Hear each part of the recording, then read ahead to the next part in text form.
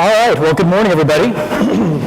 Thank you, Charlie, for that very nice introduction. As you heard, my name is Mark Herzog, and I'm the Vice President of Corporate Affairs at Kaléo.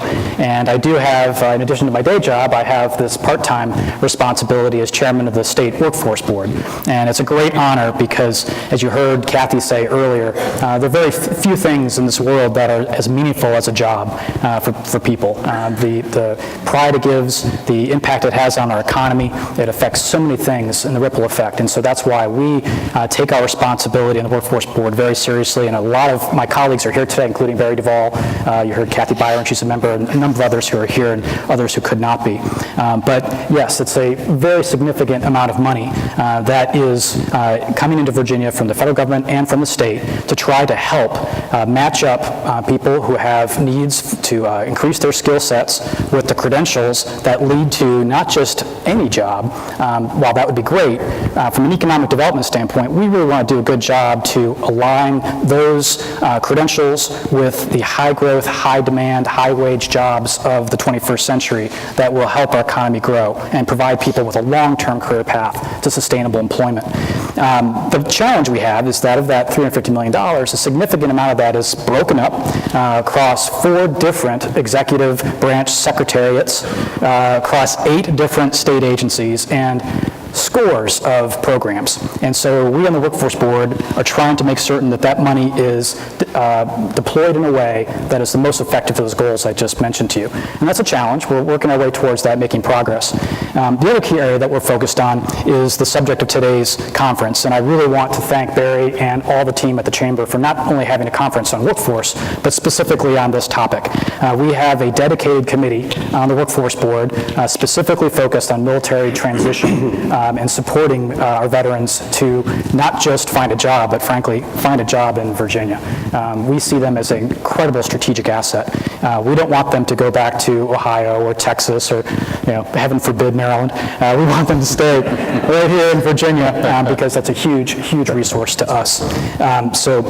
I want to mention that Bill Bell, head of Human Resources at Huntington Ingalls Newport News Shipyard, is the chair of that committee, and they're doing a phenomenal job.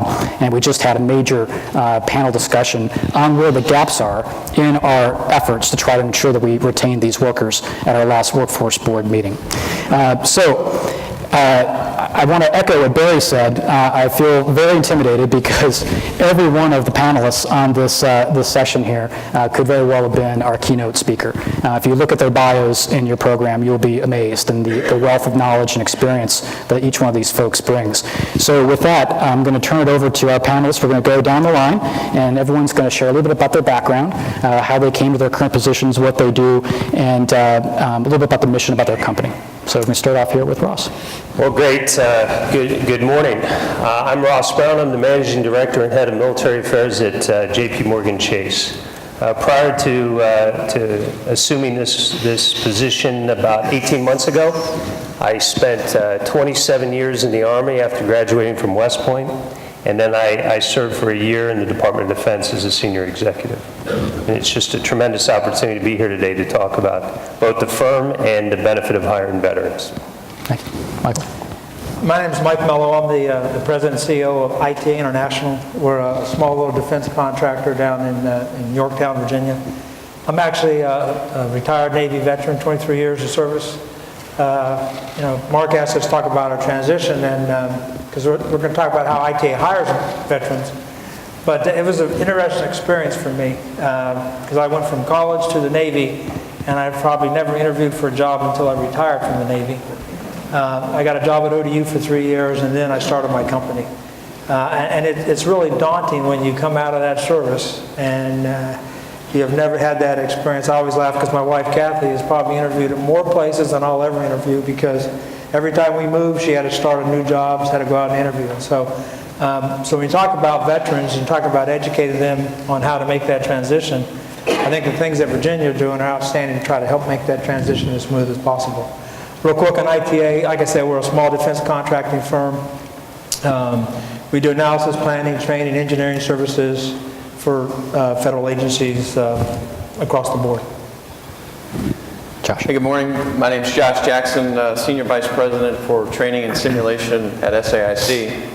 I've been in the modeling, simulation, and training world for probably 20 years and very passionate about specifically training and the work that we do and how it supports the mission. And SAIC has about 4,000 veterans in our workforce, represents about a quarter of our workforce. And it's reflective of really our intentional strategy there because we are a very mission-oriented company. And much of what we do supports national security missions, so it's kind of a no-brainer when it comes to hiring veterans because of the work that we do. And we are very intent on not only recruiting veterans, but also retaining them, which is a big deal, and we'll talk a little bit about some of that today. Good morning. My name is Eva Hardy, and I'm a retired Executive Vice President for Dominion Resources and formerly Secretary of Health and Human Resources for the Commonwealth of Virginia and Commissioner of Labor before that for the Commonwealth.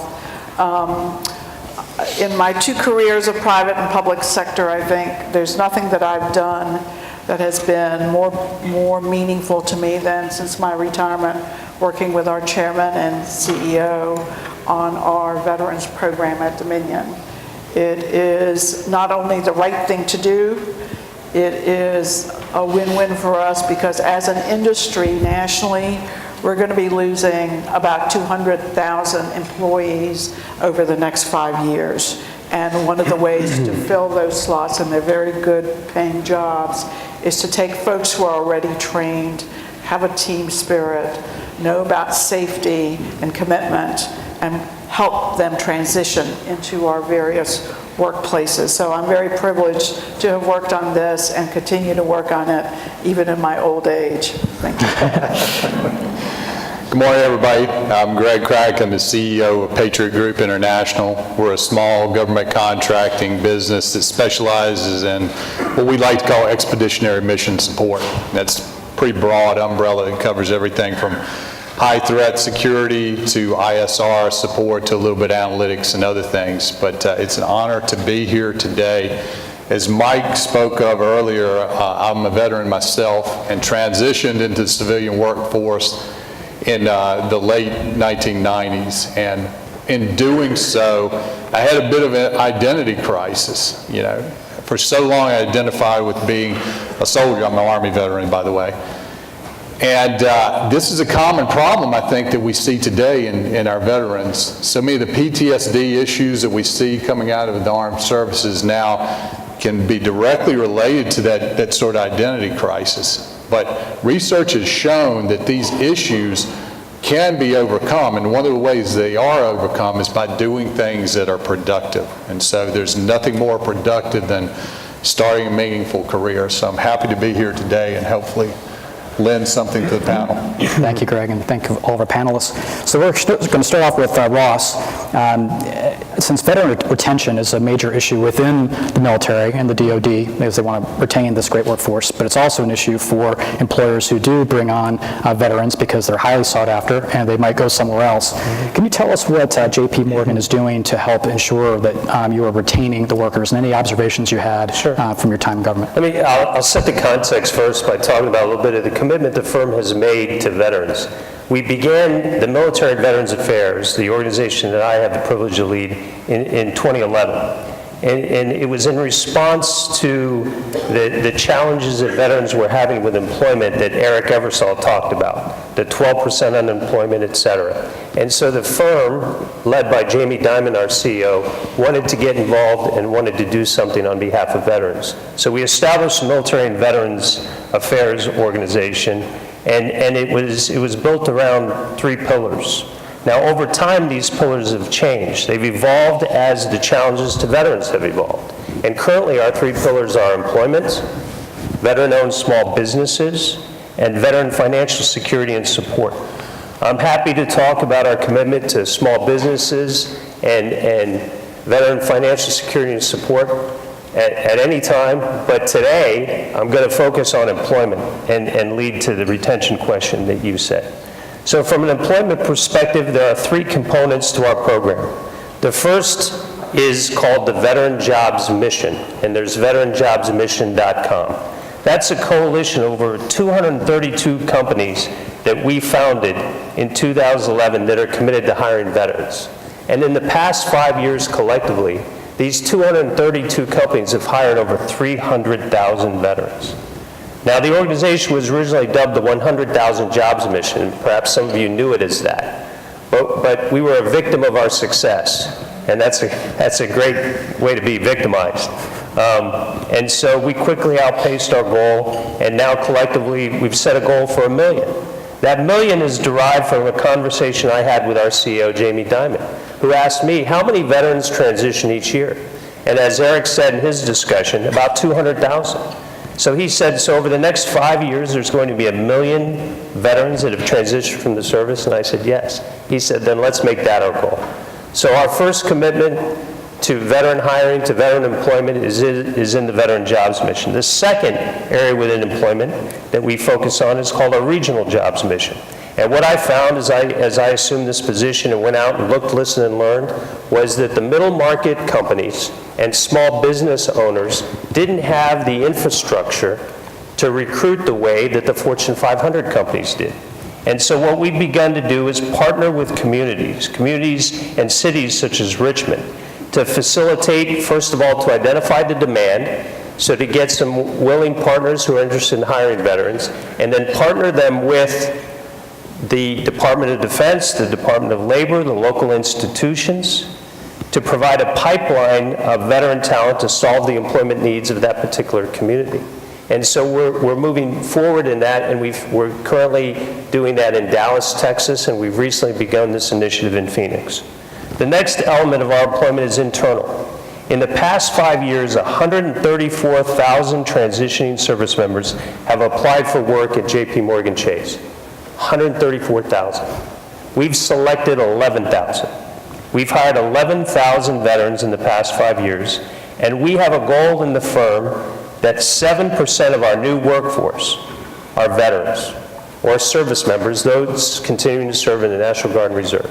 So we've made an organizational commitment, and a great deal of my work is going around and talking to our hiring managers, our senior leaders, our middle-level leaders, or anybody in between on the benefits of hiring a veteran and to promote different systems in which we can hire veterans. Now, to support this system of hiring, we have 15 recruiters in JPMorgan Chase wholly focused on hiring military. 15 recruiters. So these recruiters know what they're looking at because 80% of those recruiters were in the military themselves. So when they look at a resume, they know what they're looking at. They can translate the skills that we talked about a little bit here to what the requirements are and needs are of the firm. The other thing that we do in the firm is we've got business resource groups. These are veterans and interested parties that have come together at the different locations we have throughout the United States, and they're focused on providing support internal to the firm, support to veterans and service members, but also because they want to get together and help transitioning service members that are nearby with things like resume writing and other support. So business resource groups is another component of that. We've also established in this quarter a program called the Pathfinder Program, wherein a seasoned veteran that's been successful in the firm is partnered with a newly hired veteran. And what we're doing there in terms of trying to support retention is to allow this newly hired veteran to understand the new context in which they're operating. Things like communication, deportment, you know, how you interact with others. It's tremendously different. It's a different context. And so what we want to do is help that transitioning service member, now veteran, better integrate into the culture of the firm, okay? And so we've outlined 12 different things that they're going to talk about over the course of one per month over the course of 12 months, so that's Pathfinder. What else are we doing in support of retention performance? Well, one of the things that I found when I started to talk to our coalition members is that we were all seeing a challenge with retaining veterans. And as many of you know, 50% of veterans transition after their first year. Now, why is that? I don't know. I mean, we're talking about it today, but I wanted to know. I wanted to see the data. And so what we've done is we've sponsored a study through the Center for a New American Security in Washington, D.C. to do a study on retention and performance of veterans in the organizations within the coalition so we can identify what the challenges are and then face them head on. That retention study will be released in the November timeframe. Finally, we're also in support of the Institute of Veterans in the Military Family, which is a think tank, if you will, that is co-located with Syracuse University.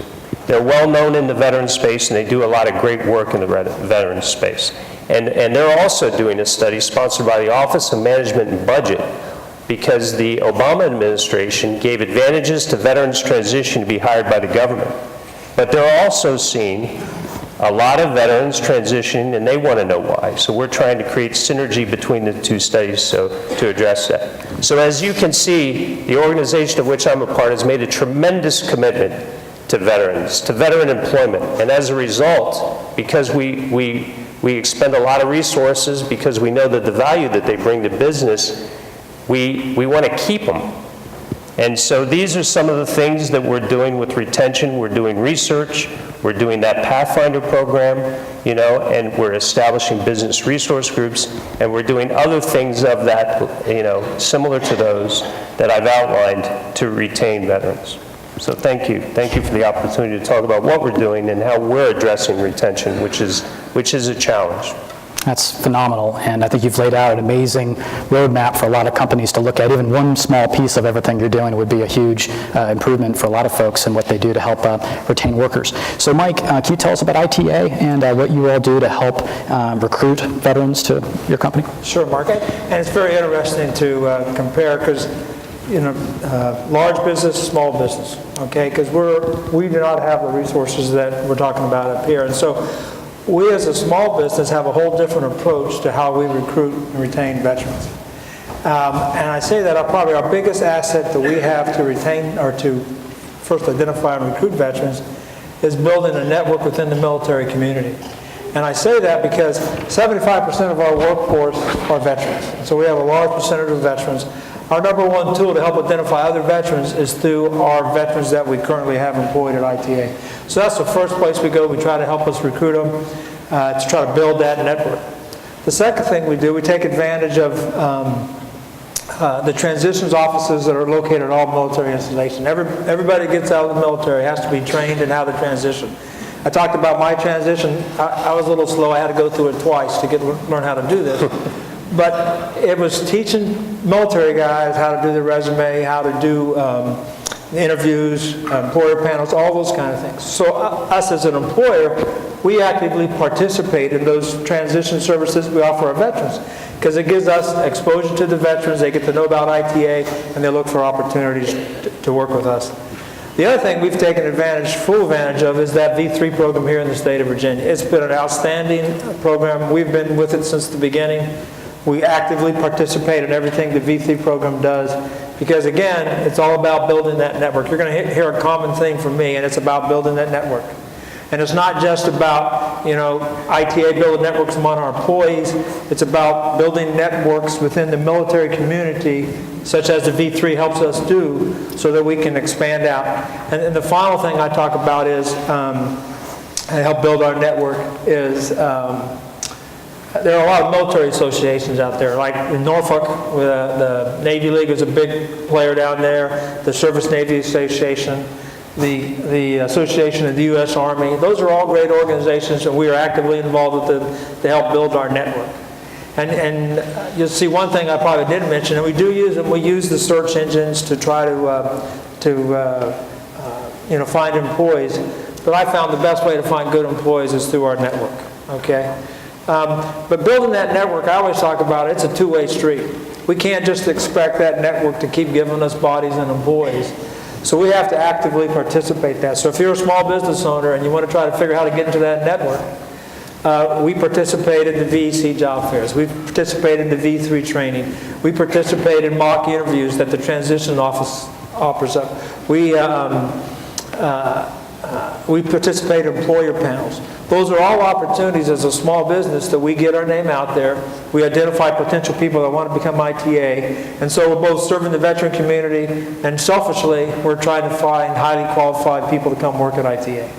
And that's how we approach it. And for companies that actually work outside the state of Virginia, I know everybody wants to stay in Virginia, but those same resources exist across the country. So if you have an office here in Virginia, but you're working down in Florida, those same kind of resources from the Employment Commission down there to the associations, all those kind of things exist, the transition office, so you can take advantage of it. Thanks, Mike. So, Josh, can you tell us about SAIC and what programs you have to recruit and retain veterans? Yeah, so in May, Forbes put out a kind of a list of top veteran companies. SAIC was number 9. And I think it is reflective of, it's something we're proud of, and it's reflective of our intentional strategy around recruiting as well as retaining veterans. So in a given year, we might hire between 700 and 1,000 veterans. And as mentioned before, V3, TAPS, other VSOs are very much important to our strategy on the recruiting side. But we're also finding more and more traction on kind of the virtual environments for recruiting, especially given the demographic that Eric talked about, which is struggling with unemployment in that 18 to 25 year range. They might be more inclined for some of those virtual online environments like LinkedIn, where SAIC happens to be the number 5 top followed company by veterans. But I think LinkedIn will also become more important too, looking at it from a holistic perspective, because Microsoft has LinkedIn and Lynda, and they're rolling out some new training modules in that format. So I think that will also be a key bridge to consider from a recruiting perspective, and this notion of skills translation, which is also important. Some cool initiatives that we have ongoing in SAIC. We just announced a partnership with Korn Ferry in their Leveraging Military Leadership Program. So that program is really designed to be a selective, small group process to help transitioning military leaders to work on their interpersonal communication skills, with the end result really being a personalized, crafted strategy for their career 2.0. And a big piece of that is really a period of self-reflection and inspection that we, as well as Korn Ferry, kind of walk them through to help them craft their Career 2.0 strategy. Another thing, and Ross mentioned this as a part of their JPMorgan initiatives, we have a military and veterans business resource group in SAIC. And that's really designed to facilitate a few things. One is internal job matching, job shadowing, mentoring. So we try to match up veterans that have been in SAIC for a long time with incoming veterans, just so they can understand the culture and some of the nuances of working in a more commercial environment. But also it's military families. So the military families that are employed by SAIC leverage the resources of that BRG as well to get the support that they need, whether it's moving from across the nation if their spouse is deployed somewhere else and they need to relocate. We use that group to help them facilitate the job matching internal to SAIC as well. So very important topic for SAIC, something that we're passionate about, not only because much of the work we do supports national security missions, it's kind of a no-brainer, but also just supporting military families and those that have linkages to the military on the active duty side as well. Thanks, Josh, and thanks for mentioning the unemployment rate with the younger veterans, because the unemployment rate for veterans as a population is very low. In Virginia, I think we have the #1 unemployment or employment rate for veterans in the United States. But this issue about the younger veterans is a challenge, and I know that there are a lot of ideas that the Commonwealth is looking at. One, I believe, is to try to ensure that we have dedicated counselors at every community college in the state to specifically help with that transition for the younger veterans to finding not only the credentials they need, but the jobs as well. So, Eva, A long time ago, I worked for the Greater Richmond Chamber of Commerce, and one of our objectives was this issue. How do we do a better job of retaining the veterans who are in separation? And one of the things we're trying to do is build those partnerships with the military, with the bases, prior to the veterans leaving. And I know that's something that you all have been looking at as well. Can you tell us about those, building the partnerships early in the process? I think it's a very sensitive issue, how you do it. It has to be done a certain way, because I think if you start being too aggressive before the vets have left their particular armed service, then you can run into some issues with the military leadership.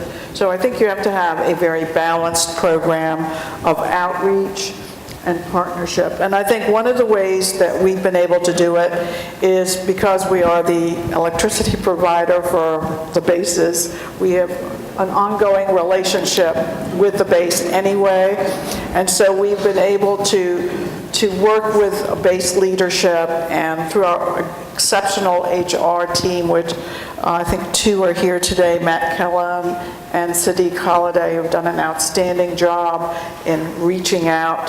Through that process of reaching out and being sure that we participate in all the opportunities that have already been mentioned here for recruiting, I think that's very important. But also at the National Department of Defense level, they have folks there in the Secretary of Defense's office who are dedicated to this. And we've been up to meet with them, and we've talked about our number one need with the military, which is having them help us translate the military jobs into civilian jobs so that the vet doesn't have to waste a lot of time or money doing extra training that may not be necessary. If the translation is correct, then this can help speed up their entry into the workforce. I think we have one of probably the most successful websites nationally, the gas and electric utility industry, at our Center for Energy Workforce Development, which is basically a roadmap which the vets can sign into and then walk through their resumes, the jobs, the translation of their jobs, the education pathway, what kind of courses will they need that they may not have. So that's something that's very, very important. And also there's a spot there for them to leave their resume, which all the utilities and gas companies in the country have access to, so that we can be recruiting from this. We're also doing, in some states with some of our utilities, boot camps for people who are getting ready to leave. There's a good relationship with the military leadership at that particular base, and we bring them in for a week, or it depends on the particular utility, to have a boot camp on what life is going to be like at an electric utility in the workplace, and what kind of support that they're going to get. So I think it's very, very important that you look at everything, that there's no one fixed way to do a relationship. Some bases have good relationships and they let you in and talk to their folks early on. Others want to wait a little bit. You have to respect that, because the military is still running as a military. And so you have to respect the base and the leadership there and work with them. But also partnerships with community colleges, who are represented here today, have been critical in terms of, you know, sort of a three-legged stool: the military, the companies, and then the educational piece. It's a three-legged stool that needs to be very, very effective in bringing veterans in and making sure that they're coming to the right jobs, because there's nothing worse for them than to come in and fail, and we just can't allow that to happen. Thank you. All right, so Greg, looking at your bio, it's pretty amazing. It says here that according to Inc. magazine, you are one of the fastest growing private companies in the United States. I once had experience working with a company that went from 5 employees to 900 in the space of about 5 years. So I know it's shocking the HR issues you have to face, and you learn a lot through that process. And so from your experience, what were you doing early on versus now that might have changed when it comes to recruiting veterans? Well, first of all, thank you for that unsolicited plug for Patriot Group. I appreciate that very much. You can pay me later. I will tell you, much like Mike, and I kind of drew the short end of the straw being on this end of the panel, because we are very similar in the things we do. We're competitors and maybe teaming partners at some point, who knows. But it was a utilization of our network when we first began in our industry, because just like any other startup, we were very resource constrained, and we still are to a degree. But we found the utilization and the energizing of our network to be invaluable even today, because there is nothing like the metrics that you get from a friend or a trusted colleague, and we still rely on that very much. As Ms. Brown spoke of earlier in her panel discussion, our challenge is trying to bridge the communication gap. You know, we still value getting out and speaking to veterans and finding out about their goals and what drives them, and do you actually fit into our team with your attitudes and beliefs and skill set. And so going back to resources, we try and target the areas where we're most specifically interested in. You know, when we first got started, that was primarily getting on the telephone and internet to make emails. But now, over the past 7 months, we've been to 7 different bases and worked with their transition programs there. And we visited Fort Drum, Fort Campbell, Camp Lejeune, Fort Gordon, and others. And we're very proud of that. Today we've achieved well over 65% of our workforce as veterans, and we're very proud of that. But we have more work to do, and part of that, as Eva mentioned, is the outreach and making sure that challenge is met. One thing I want to say specifically here for the group, for the audience as a whole, is that, you know, in that outreach and getting in front of these folks and talking to them, establishing relationships, you have to be honest with them, because Mike will attest to this. Our industry is somewhat unique in the fact that many times you have to recruit before there is an actual opportunity to offer for employment. So you have to convince people that you're a good organization to work for, your ethos is in place, and that you're going to take care of it at the end of the day. And I will tell you, across the board, if there's one common trait that almost every veteran shares, it is a distaste for any kind of BS that you try and feed them. That is an absolute non-starter, and they will call you out on it. So in bridging that communication gap, we insist on being honest with them from the very beginning. Hey, your credentials look great. I like what you're saying.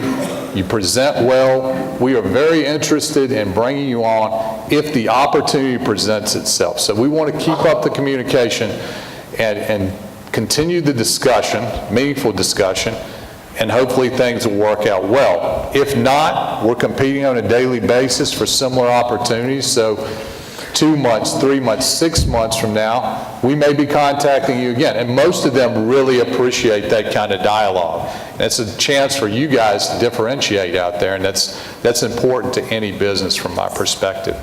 So I hope I answered your question. We're trying to come up to speed on some of our IT offerings. Our website just got rebuilt. We're, again, somewhat constrained still to this day, but it's about maximizing our time and resources and getting in front of these guys and having meaningful discussions. That's our primary focus. Sure, that's great. And Ross, did you have a follow-up? Just 2 quick comments on networking. When I talk to veterans and they're talking about a transition, or service members and talking about a transition, I tell them to begin with your network. Begin with your network as a foundation for your transition. Also look at other opportunities through LinkedIn, Monster, et cetera, but begin with your network. Now, something interesting, we're talking about retention and culture and retaining veterans once they're hired. Networking in the military, except at the highest levels, is not viewed as a positive thing, right? If you're not focused on the mission, and if you're not focused on the team around you, and if you're focused beyond that, then you're viewed as politicking, and in the military, that's a negative connotation. You're politicking. And so when veterans transition into organizations like JPMorgan Chase, where the foundation of the opportunity to move and create opportunities for themselves is based on networking, they have a natural challenge to doing so. And so what we talk to them about, what in this Pathfinder program, for example, is don't network for your personal gain. Network for your education about the organization because you're new, and network for the mission. If you network for the mission, right, to enhance the benefit to the organization to which you're assigned or working, then that's a positive connotation for a veteran. And then I said everything will work out well for you. Right? So you're not networking for yourself, you're networking for the mission, and you're creating greater knowledge about the organization. But that's an example when veterans transition into organizations because there's no clearly defined career path. In many organizations on the outside, in the military, they create a whole organizational structure around your success. They give you education, training, and increasing levels of responsibility. You perform or you leave. It's a meritocracy. But when you come out into, and I can only speak for JPMorgan Chase, there's no clearly defined career path for the majority of what we do, and therefore it's built around your own individual efforts to learn more and create opportunities, along with mentors and sponsors. And so as we're talking about culture, we're talking about retention, that's another challenge and just something that perhaps many of you are experiencing too as you think about that. That's great insight. And you talked earlier about all the amazing things you're doing internally at JPMorgan about retaining workers. How about on the other side, when you're looking for external partners, what do you look for? What are some success stories or things that the audience might learn from? I think, one of the benefits of being in that coalition of over 232 companies is we hear about all the great things that are happening, we bring them to the fore, and we share them. And so if there's insights in recruiting that we're not doing that we can learn from others, we do that. For example, I talked about we dedicated a group of individuals to recruiting military specifically. Now in the end, what I hope is they'll be fully integrated in the firm and we won't have to provide this external catalyst to reinforce the benefit of this particular cohort. But I think right now it's important to the firm to do so. But that's an example of where we're sharing ideas within the coalition to promote best in class. The other thing I tell you is the research. We're not only performing research around the pillar of employment that I described, the retention study, we're also doing studies around small businesses. Where do veteran small businesses thrive? In what industries are they best suited? Where, as an intellectual foundation for then a commitment of the firm to a particular area. So I think that those are a couple of things that we're doing. We're partnering with research organizations, we're partnering with other coalition members, and we're partnering with those that are interested, have a common interest in hiring veterans and then retaining them. That's great, thank you. Thanks. So the Chamber did a great job of lining up an amazing array of sponsors and partners. Out in the hallway, you can see tables of all these great groups. One of the tables is the V3 program, Virginia Values Veterans. And Mike, you mentioned that earlier in your remarks about V3. Could you tell us a bit more about how you all work with them and what the audience can learn from that program? Yeah, like I said, we've been participating with V3 since it came online, and it's been a very successful program for them. And you're going to hear me talk about all the time, everybody here has talked about that networking piece. And I always used to tell people when I was running the Troops to Teachers program, you know what the opposite of networking is? It's not working, okay? And that philosophy applies to businesses, okay? That same philosophy applies to us as business owners because you have to build that network. And what the V3 has done for us is they let us build that network here in the state of Virginia. And they do that through a variety of things. They have these training programs that they offer up to our HR staff. And you got to remember, we don't have a big HR staff. We have 277 people. I have one person that does health and benefits, and I have one recruiter. And that recruiter's added 150 people in the last little over a year, okay? And so we don't have a lot of resources. And by having the V3 program that helps train us in how to use all these different sources that we talked about is very beneficial. The V3 helps with VEC. They put on events, job fair events that we can go to and recruit veterans to fill some of our vacancies. And we've been very successful. We have hired veterans at these events that have come to work for ITA because of that event. The other thing that V3 does for us is again, remember, it's all about the network. You got to expand that network out. They allow participating companies within the V3 program to post their vacancies on their web. There's a link from our from the V3 page to ITA page on our vacancies. And so consequently, again, it opens up the aperture for ITA to help recruit. And finally, the V3 has been very generous to ITA because we have been able to recruit veterans, and there's a V3 grant, and last year we were the first one to win the V3 grant. That was $1,000. This year we actually got $7,000 from the V3 program as a grant to us to help us in our recruiting efforts. So it's been a tremendous asset for us and help us build that network, Mark. That's great, thank you. And on that point, so thanks to the General Assembly, there is a fund. Every company that goes through this process and becomes certified is eligible up to $10,000, $1,000 per veteran. And I believe it's not a one-time deal. You could, the next fiscal year, if you hire additional veterans, you'll continue to be eligible. So Kaléo has taken the Patriot Pledge. That's why I'm wearing my button here very proudly. But there are lots of different things you can do within the V3 program. So I recommend you don't try to trample everybody as you rush to their table, but take it easy. But please stop by. It's a really impressive program. Thank you. I was actually asked that question last year, what I thought about that, because it was $1,000. And like I said, when you're limited resources, every little bit helps. And so this year we got $7,000. So next year my goal is to get to $10,000. That's my goal. Okay. That's great. Well, the time has come. I've been warned I must give a signal. It's time for the lightning round, which apparently means that the screens are about to change. And we just have 5 minutes left. And so we're going to go through the panelists one final time. And for the benefit of the audience, we have a lot of amazing folks out here, HR directors, CEOs who are interested in what they can do right away. Besides joining the V3 program, that's a given. We're going to assume that. But what's the other one thing that everybody could do to really make a difference in either hiring or retaining veterans from your perspective? So let's start right here with Ross. From an organizational perspective, I think the biggest thing, the most important thing that needs to occur is a commitment by the senior leadership of an organization to hiring veterans. This is not something that can grow from the grassroots level. It can't be done by the middle management. It has to come from a commitment from the very top or it will not succeed. And so fortunately from the organization I'm a part of, Jamie Dimon, our CEO, Matt Zames, our COO, made a commitment in 2011 to veterans, to hiring veterans, to supporting veteran small business, and to supporting veteran financial security.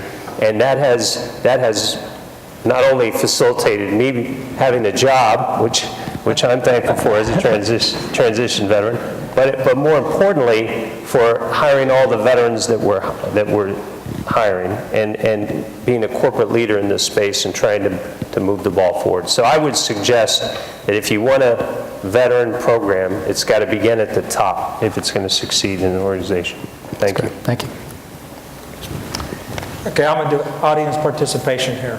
So what do you think I would recommend everybody to do? It's all about the network. For a small business, because we're talking large and small businesses here, for a small business, that network, if you walk away from anything, is build that network within the military community so you have access to these high-quality, highly skilled, highly trained people to come work for your workforce and enhance your company. So one thing I'd say is networking.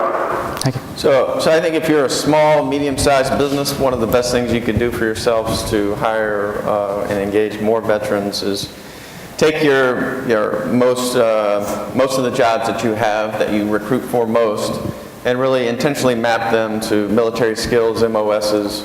There are tools that Eric mentioned this morning that can help you do that, the resume engine and the employer roadmap.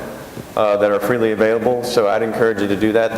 That way you'll spend less time getting things lost in translation, and maybe more importantly, you won't skip over a great candidate that could add value to your company just because some skills are lost in translation.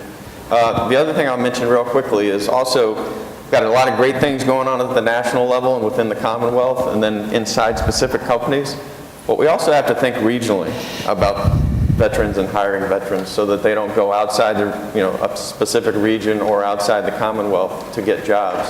I'm from Hampton Roads, and I'm encouraged to see a lot of activity led by Brian Stevens in the Hampton Roads Chamber of Commerce regarding a potential Hampton Roads Military Transition Center, which is really going to do that matchmaking at the regional level that can really be an economic engine for growth to keep those veterans that have a lot of great ideas that could grow the local economy. I think all the things that have been said are very, very crucial. I think there's one structural thing that I would recommend, especially to medium-sized, well, as large too, and small companies, that you have a focal point, a central place in the company which is responsible for the veteran outreach and recruitment and hiring.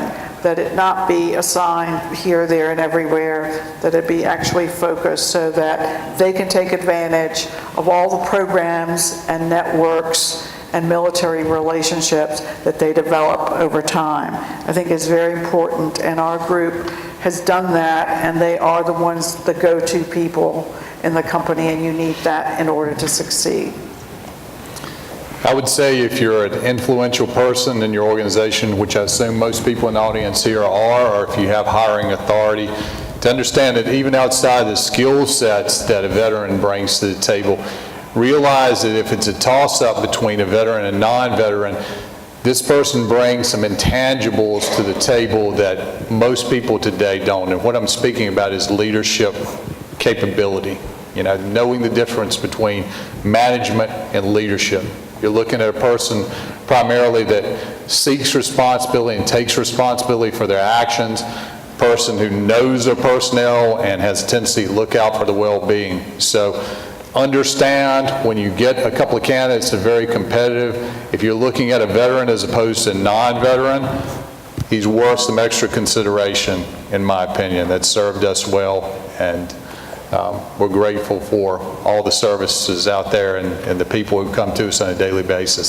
So you would be well advised to do the same. Well, thanks, Greg. What a great way to end with that comment. And I would also say, from my standpoint, when you're networking, look at the local workforce development board in your community. There are great programs at local community colleges, private career colleges. So many people out there trying to make a difference in your own area. And if you haven't already connected to them, I highly recommend it. But what a great panel. As I said, each one of these people could speak for 3 hours on what they're doing and their insights from their experiences, and how fortunate we are to have them with us today. And please join me in a big round of applause for our amazing panel.